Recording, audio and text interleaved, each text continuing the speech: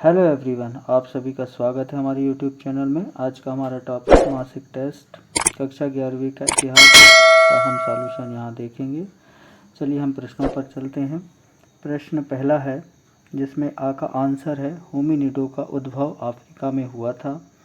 बा का आंसर है अल्टामीरा स्पेन में स्थित गुफा स्थल है। सा का आंसर है सीधे खड़े होकर पैरों के बल चलने वाले मानव होमो एरिकटस कहलाते हैं। चलिए हम प्रश्न क्रमांक 2 पर चलते हैं। एक शब्द में उत्तर दो। तो आ है होमोसेपियंस का क्या अर्थ है? तो इसका उत्तर होमोसेपियंस का अर्थ है वर्तमान में पाए जाने वाले मनुष्य। इसका बाद देखते हैं on the origin of species लेखक कौन है? तो इसका आंसर है चार्ल्स डार्विन। चलिए हम अगले प्रश्न पे चलते हैं। प्रश्न क्रमांक 3। प्रश्न का उत्तर हमें देना है। तो पहला है होमोसेपियंस का क्या अर्थ है? तो इसका उत्तर होमोसेपियंस का अर्थ है वर्तमान में पाए जाने वाले मनुष्य। चलिए हम अगले प्रश्न पे चलते हैं। इसी का दूसरा है प्राइमेट से क्या तात्पर्य है? तो इसका उत्तर है प्राइमेट का अर्थ सर्वोच्च कोटि का, अर्थात प्राइमेटस विकास की अवस्था में सर्वोच्च स्थान पर है। ये 4 कोष्ठीय हृदय वाले समतापी रक्त उपरायुक्त स्तनधारी हैं जो अपने शिशुओं को स्तनपान कराते हैं।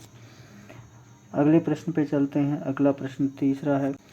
क्वेश्चन नंबर 3 है प्रागैतिहासिक काल का क्या अर्थ है? तो इसका उत्तर है प्रागैतिहासिक काल वह काल है जिसमें जानकारी पुरातात्विक स्रोतों से प्राप्त होती है। अतः प्रागैतिहासिक काल का अर्थ है इतिहास से पूर्व का युग।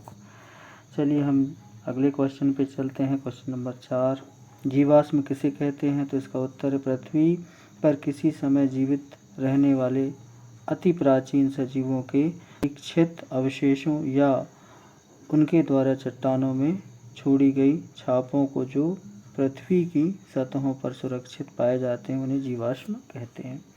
चलिए हम अगले क्वेश्चन पे चलते हैं। प्रश्न क्रमांक 4 होमिलेट और होमिनाइडो में अंतर।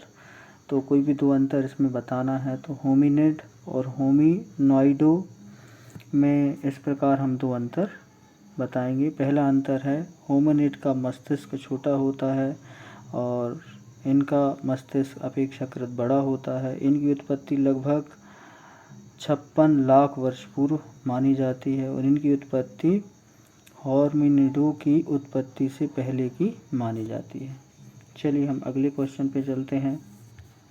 अगला क्वेश्चन है प्रश्न क्रमांक 3 ऑस्ट्रेलोपिथेकस की विशेषताएं। तो इसकी विशेषताएं पहली है ऑस्ट्रेलोपिथेकस की महत्वपूर्ण विशेषता यह थी कि ये सीधे चलने के लिए अनुकूल थे, अर्थात वे एक और व्यवस्थित ढंग से चलते थे। दूसरा, पुरुष ऑस्ट्रेलोपिथेकस का आकार महिलाओं से बहुत अलग था, अपने व्यवहार व प्रजनन की विशेषताओं में भूमिका निभाई। तीसरा, बच्चों के जन्म के विषय पर स्पर्श करना आवश्यक है।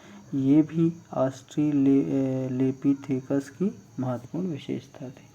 चलिए हम अगले क्वेश्चन पे चलते हैं। क्वेश्चन नंबर 4 क्षेत्रीय निरंतरता मॉडल सिद्धांत बनाइए। तो क्षेत्रीय निरंतरता सिद्धांत वर्तमान मनुष्यों की विशेषताओं में क्षेत्रीय अंतर पर आधारित है, जैसे कि त्वचा का रंग, बालों का रंग आदि।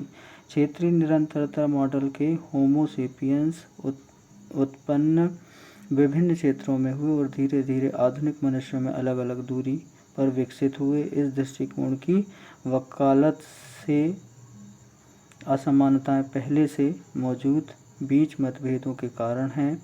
होमो के इरेक्टस और होमो सेपियंस आबादी जो समान क्षेत्रों पर कब्जा कर लिया।